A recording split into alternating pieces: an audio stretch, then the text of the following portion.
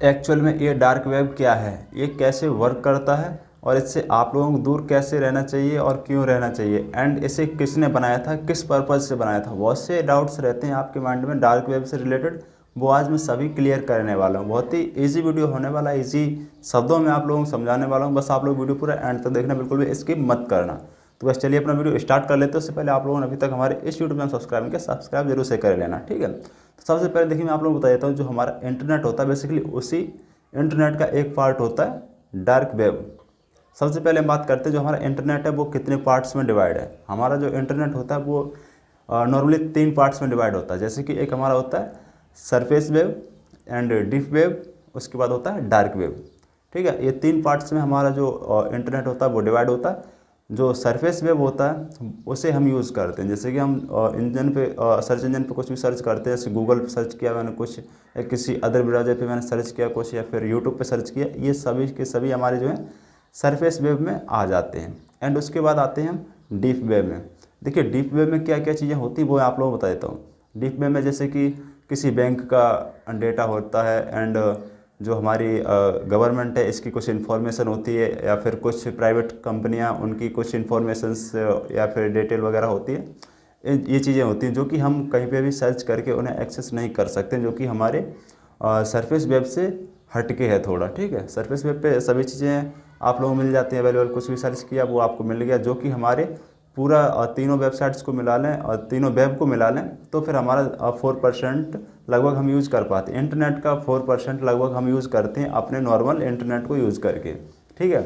अब आप लोग खुद ही सोचिए, आप 4% ही यूज़ कर पाते हैं, उसके बाद जो है बचा हुआ वो deep web and dark web में है, ठीक है। तो यहाँ पर डीप वेब भी क्लियर हो गया एंड जो है सरफेस वेब भी क्लियर हो गया। एंड उसके बाद हम बात करते हैं अब डार्क वेब की। ये डार्क वेब क्या है, मोस्ट इंपॉर्टेंट है, आप लोग वीडियो को बिल्कुल ध्यान से देखना, बिल्कुल भी स्किप मत करना। अब देखिएगा हम अपने डार्क वेब की बात कर लेते हैं। देखिए डार्क वेब जो होता है सभी नॉर्मल ब्राउजर्स पे ओपन नहीं हो सकता, ये कुछ स्पेशल ब्राउजर्स पे ही ओपन होता है। अब आप चाहो तो अपने इस ब्राउजर पे, क्रोम ब्राउजर पे ओपन करना चाहो इसे, बिल्कुल भी नहीं कर पाओगे। स्पेशल ब्राउजर पे ओपन होगा विद मास्क IP एड्रेस के साथ में। 2001 के अनुसार यहाँ पर डार्क वेब पर 7500 TB का डेटा अवेलेबल था, और उसी टाइम पे जब हमारे जो सरफेस वेब था उस पर 19 TB का ही डेटा अवेलेबल था, सिर्फ 19 TB का, जो कि डार्क वेब से 400 गुना कम है, ठीक है। सरफेस वेब है, इससे 400 गुना ज़्यादा डेटा अवेलेबल है डार्क वेब पर। अब इसे कौन लोग यूज़ करते हैं वो मैं आप लोगों को बता देता हूँ। सिंपली मैं सीधे शब्दों में बोलूँ तो इसे क्रिमिनल्स यूज़ करते हैं इलीगल कामों को करने के लिए। जैसे कि इस पर क्या क्या काम होते हैं वो भी मैं थोड़ा सा बता देता हूँ। जैसे कि सभी कंट्रीज़ के फेक पासपोर्ट्स, किसी भी कंट्री का आपको पासपोर्ट चाहिए, कुछ डॉलर पे कीजिए और यहाँ से आपको पासपोर्ट प्रोवाइड करवा दिया जाए। क्रेडिट कार्ड्स की details, illegal weapons, gun, fake currency, contract killer, सब कुछ वो चीज़ क्रिमिनल्स को यहाँ पर मिल जाती है जो कि उन्हें और कहीं पर नहीं मिलती है। देखिए अब हम बात कर लेते हैं डार्क वेब किसने बनाया था और क्यों बनाया था।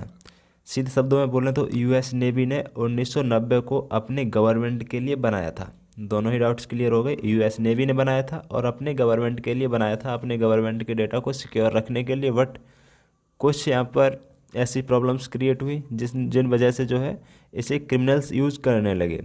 ये यूज़ कैसे होता है वो थोड़ा मैं आप लोगों को बता देता हूँ। ऑनियन राउटिंग टेक्निक पर ये पूरा वर्क करता है। अब देखिए ऑनियन जो है ये होता है प्याज। अब प्याज जो है काफ़ी लेयर्स में डिवाइडेड होता है, काफ़ी लेयर्स होती हैं प्याज में। वैसे ही अगर इसे डार्क वेब को यूज़ करोगे आप, तो इसी टेक्निक पर यूज़ करोगे तो इसका जो IP एड्रेस है कोई जो है ट्रैक नहीं कर पाता है। जैसे कि यहाँ पर काफ़ी लेयर्स को पार करेगा आपका IP एड्रेस, एंड काफ़ी VPNs को पार करेगा, काफ़ी कंट्रीज़ के VPNs वहाँ पर यूज़ हो रहे होंगे, तो ईजिली आपके IP एड्रेस को कोई ट्रैक नहीं कर पाता, इसलिए यहाँ पर इसे ऑनियन राउटिंग टेक्निक पर यूज़ किया जाता है।